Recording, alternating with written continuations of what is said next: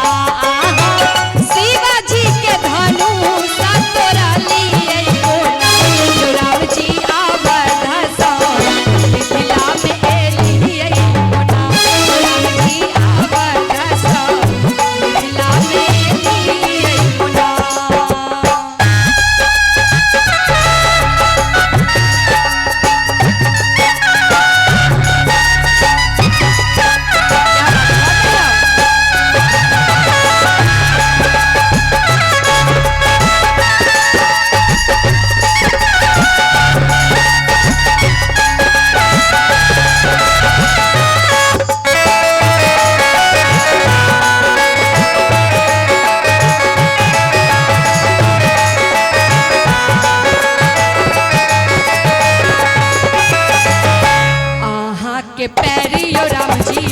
बड़ा सुकुमार अछि, आहा के पैरी यो राम जी,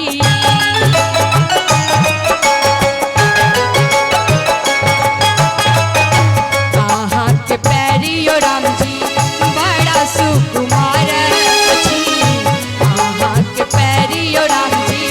बड़ा सुकुमार अछि, आहे